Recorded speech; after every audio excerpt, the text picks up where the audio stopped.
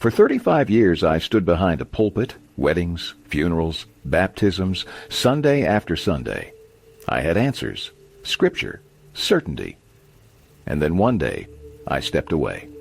Not because of scandal or crisis, just silence. I had nothing left to say, so I did something I never expected. I started a podcast.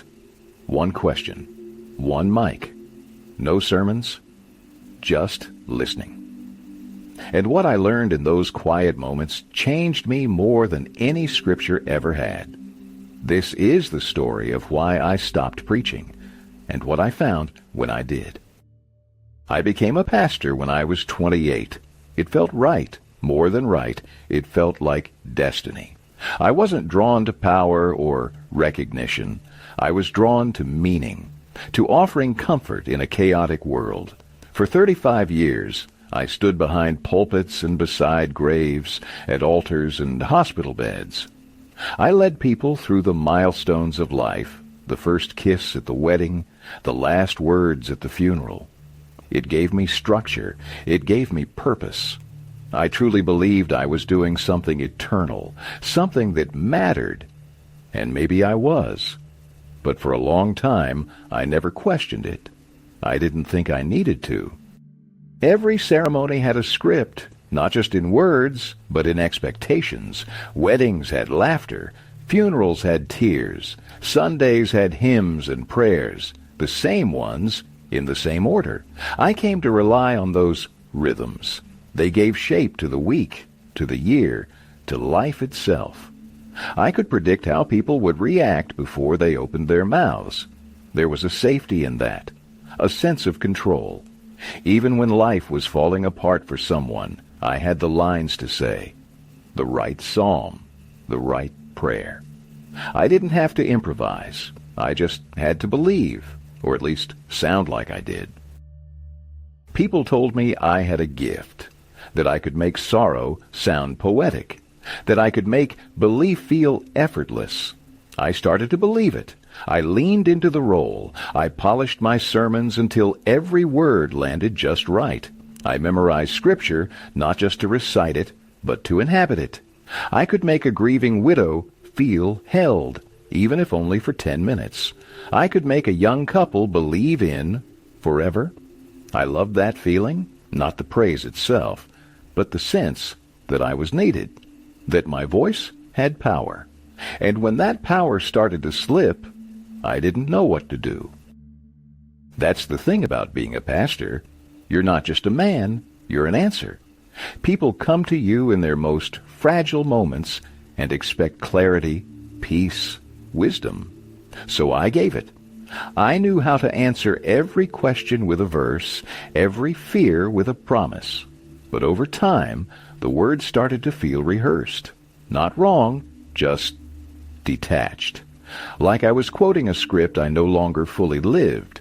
I wasn't lying, but I wasn't searching anymore, either. I had stopped wondering, and without wonder, faith starts to thin out. You become a professional of the sacred, but not a participant. After Sunday services, I'd often sit in the church parking lot and not go home right away. I'd just sit there in silence, not praying, not processing, just sitting. I used to think it was fatigue, but now I think it was something else, a kind of spiritual numbness. I wasn't running from anything dramatic. It wasn't a crisis of faith. It was more like silence, a quiet, growing awareness that I was going through the motions, that I was preaching words I had stopped wrestling with. And that silence, it didn't feel peaceful. It felt like a warning. There was one funeral I'll never forget. A young man, 24, motorcycle accident. His mother sat in the front row, clutching a photo like it was the only thing keeping her upright. I said all the right things about life after death, about God's plan, about comfort in sorrow. But as I spoke, I felt like I was floating above myself, detached. The words came easily, but they felt borrowed. I looked at that mother, and I realized I didn't know what I believed anymore. Not really. And worse, I didn't know how to admit that.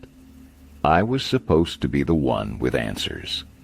As a pastor, you're not really allowed to say, "I don't know." Not out loud, not from the pulpit. Doubt isn't just discouraged, it's dangerous. So I didn't express it. I buried it. I gave sermons about trust, faith, surrender. Meanwhile, I was clinging to certainty like it was a life vest. I didn't know how to tell people that sometimes I had no idea where God was, or if I believed he was listening. I was afraid that if I let even one crack show, the whole thing would fall apart. Not just for me, but for everyone who depended on me to keep believing on their behalf. People think pastors are always surrounded by others, churchgoers, community, family, and in a way, we are. But real vulnerability? That's rare. I couldn't walk into the elder meeting and say, "I'm struggling." I couldn't tell a grieving parent, "I don't have the words." I had to keep the mask on, and the longer I wore it, the lonelier it got. Certainty became a performance I couldn't step out of. Everyone saw the robe, the collar, the calm voice, but inside I felt like I was fading. I had given myself to a role for so long, I wasn't sure there was anything left underneath. Even when the sermons stopped meaning something to me, I kept preaching. Even when the rituals felt hollow, I still performed them. Not out of faith, but out of habit. It was who I was. I'd been pastor for so long, I didn't know how to be anything else. And it wasn't just about identity. It was practical, too. This was my job, my income, my reputation. If I walked away, what would I even do? I wasn't trained for anything else. So I stayed. I went through the motions. I smiled. I shook hands. I prayed. But underneath it all, I was running on fumes. And eventually, it did. But not in some dramatic breakdown. No scandal. No flames. Just a quiet breaking point. I remember sitting in my office late one afternoon. The sun was going down. My next sermon sat unfinished. And I realized I had nothing left to say. Not in a sad way. Just empty. So I wrote a letter to the congregation. I thanked them. I told them I loved them. And I said goodbye. No sermon. No explanation. Just done. I folded it, left it on my desk, and locked the door behind me. For the first time in decades, I didn't know what came next. I woke up the next morning, Sunday, and for the first time in 35 years, I wasn't expected anywhere. No robe, no pulpit, no call to worship, just a blank space. I sat in the kitchen for hours, staring at my coffee like it might tell me who I was now. My hands didn't know what to do. My soul didn't either. I felt like I'd stepped off a moving train, and the world kept rushing past. For years, I had been the voice. Now, there was just silence. I didn't know yet that silence could be sacred. At the time, it just felt like loss. I tried to keep it normal. I got dressed, drove to a diner I'd never been to before. I sat at the counter, ordered a black coffee. No one looked twice at me. No, "Good morning, Pastor." No small talk about the sermon. I was just another man. At first, I thought that would feel freeing. It didn't. It felt like I had disappeared. Like my whole self had been erased with a single decision. I missed being needed. I missed being someone people turned to. I didn't know how much of my identity was wrapped up in being recognized until no one did. That's when the noise started. Doubts I'd pushed down for decades came roaring back. Was I a fraud? Did I lead people somewhere I no longer believed in? Did I hurt anyone by pretending longer than I should have? It wasn't guilt exactly. It was more like shame's quieter cousin, the one that whispers, "You should have known better." I kept hearing my old sermons in my head and wondering if I still believed them.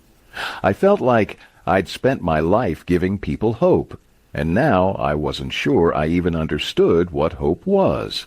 And yet, for the first time, I was finally listening. It felt like mourning, but not for someone who had died. More like grieving a version of myself that no longer existed, the one who stood behind a pulpit, certain of his place in the world. I hadn't just left a job, I'd left a language, a rhythm, a way of being, and without it, I didn't know who I was supposed to become. There's no eulogy for the life you quietly let go of. No flowers, no casseroles, just an ache that follows you into the grocery store, into the silence of your living room, into your reflection. I missed myself, even if I couldn't quite name the self I was missing. I tried to fill the void the way people do: hobbies, volunteering, long walks with no destination. I started journaling, thinking I might write my way back to clarity. But none of it stuck, because the truth was, I wasn't looking for something to do. I was looking for a reason to be, and that's a heavier lift. My calendar was suddenly empty, but the ache wasn't. I kept asking myself, what now? And I hated how quiet the answer was. Not because it was unclear, but because it didn't come at all. Just a lingering sense that something inside me was shifting. I just didn't know toward what. One night, I was up late, the kind of restless night where you sit in the dark with a pen, hoping something spills out that makes sense. And out of nowhere, I wrote, "What do people regret?" That was it. No context, no plan, just a question that felt heavier than anything I'd said in a sermon. I stared at the words, unsure where they came from, but I couldn't shake them. Something about that question felt like it had teeth, like it might lead me somewhere real. I didn't know it then, but that single sentence would become the foundation of my next life. I didn't overthink it. I ordered a cheap mic online, called an old friend, and asked if he'd be willing to talk. Nothing formal, no show title, no intro music, just a conversation. When we sat down, I hit record and asked him, "What do you regret?" He went quiet. Not awkward quiet, the kind of silence that stretches because something true is trying to surface. And then he cried. That was the whole episode. No commentary, no follow-up questions. Just one man sitting with his own truth. It was raw, honest, and for some reason I didn't fully understand yet, it felt holy. In my old life, I would have responded. I would have offered some scripture, some comforting phrase about grace or growth, but I didn't. I just sat there, let the silence breathe. I wasn't a pastor anymore. I wasn't anyone's guide, and to my surprise, that felt right. Like I had finally stepped aside and let the truth speak for itself. No sermon could have made that moment more powerful. I wasn't there to fix anything. I was just there to witness it. And something about that, the quiet witnessing, felt more honest than anything I'd ever preached. I started recording every week. Sometimes it was people I knew. Sometimes complete strangers. I cleared a spot at my kitchen table, turned on the mic, and asked the question, "What do you regret?" And the stories came, slow at first, then pouring out. Affairs, estranged children, dreams they never chased, words they should have said or never said. I never had to dig. People wanted to talk. They just needed someone who wasn't waiting to respond. The table became sacred ground. Not because of what I said, but because of what I didn't.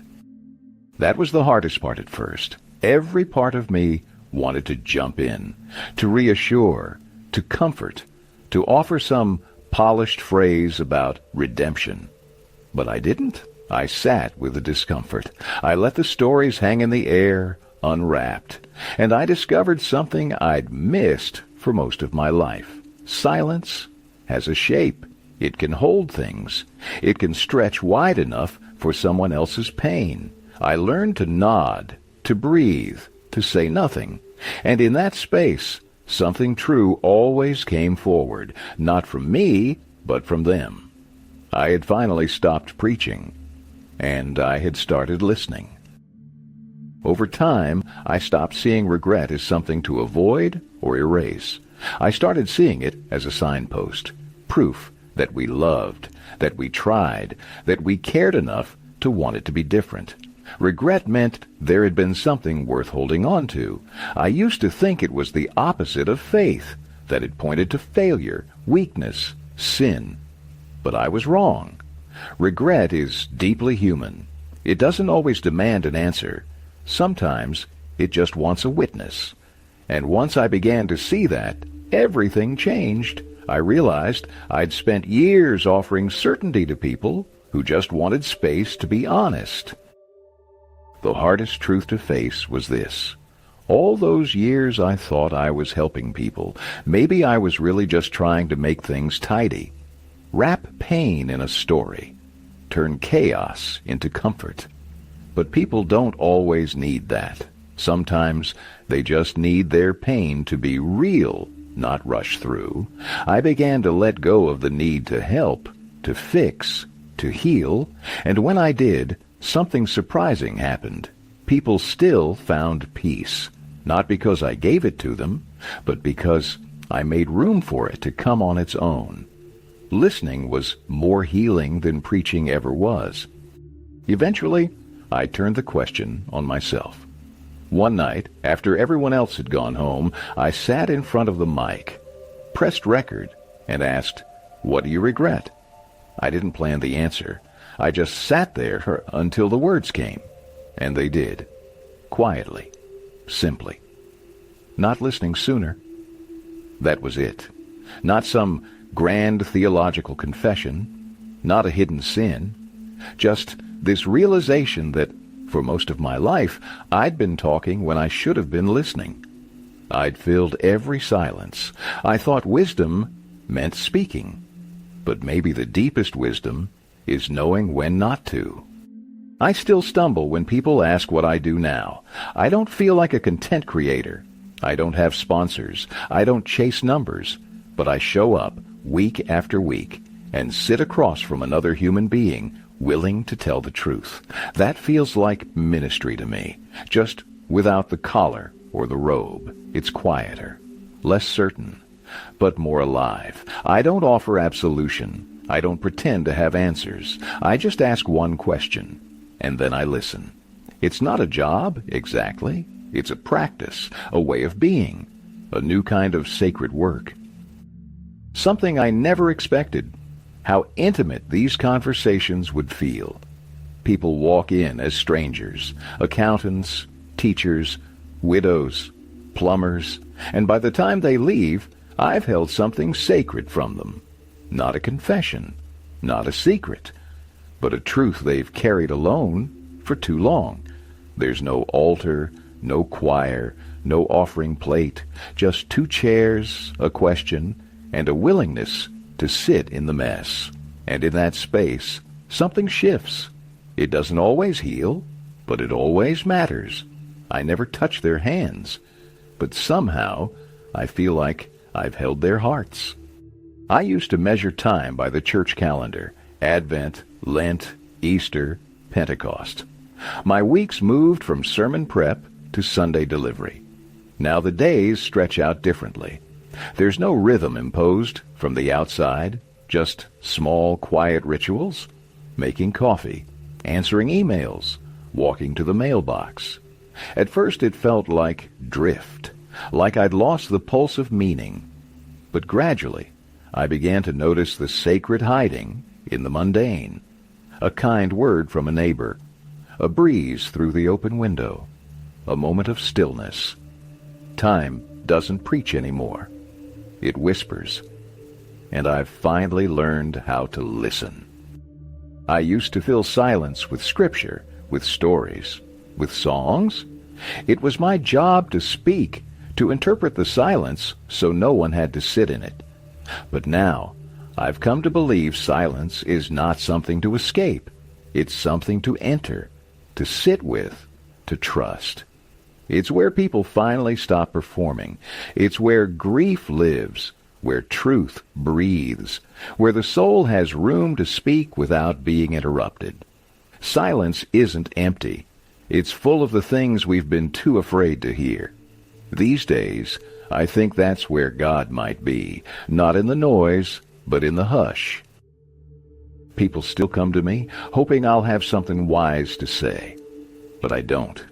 Not anymore. I've stopped trying to package pain into meaning. I just sit. I stay. I listen. That's it. And something strange happens when you do that. People begin to heal. Not because you fixed them, but because they were finally allowed to be broken in front of someone who didn't flinch, who didn't look away, who didn't try to fix or spiritualize or spin, just stayed. We underestimate how powerful presence is, but I've seen it in kitchens, on microphones, across quiet rooms. It's enough. I used to think ministry was about words, the right words, delivered at the right time. But now, I wish I had spoken less. I wish I had asked more questions. I wish I had waited longer after someone cried, instead of rushing in to comfort or explain. I wish I had made more room for silence, for confusion, for doubt. I think I was so afraid of being wrong that I missed the beauty of simply being there. If I could go back, I'd spend less time preparing sermons, and more time sitting across from people, listening with nothing to prove. There was a moment I thought my life was over, not physically, but in purpose. I had retired, stepped down, let go, and I thought that was the end. But it wasn't. It was something else, something quieter, slower, but deeper. I didn't start over with a plan. I just followed a question, and it led me somewhere new, somewhere honest. I used to believe that change belonged to the young, that reinvention was for people just getting started. But I'm learning that as long as you're breathing, you're not finished. You can still change, still listen, still become. For 35 years, I thought my job was to give people hope, to speak light into their darkness.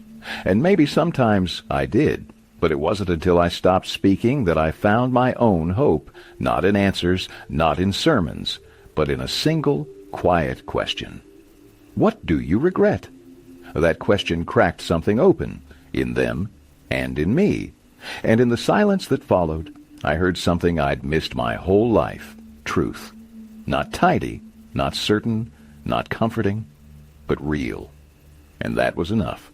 I thought I was saving others, but in the end, listening saved me. If this story meant something to you, if it made you pause or feel less alone, I'd be grateful if you'd subscribe or share it with someone who might need to hear it. And if you feel up to it, leave a comment below. I do read them, not to respond, just to listen.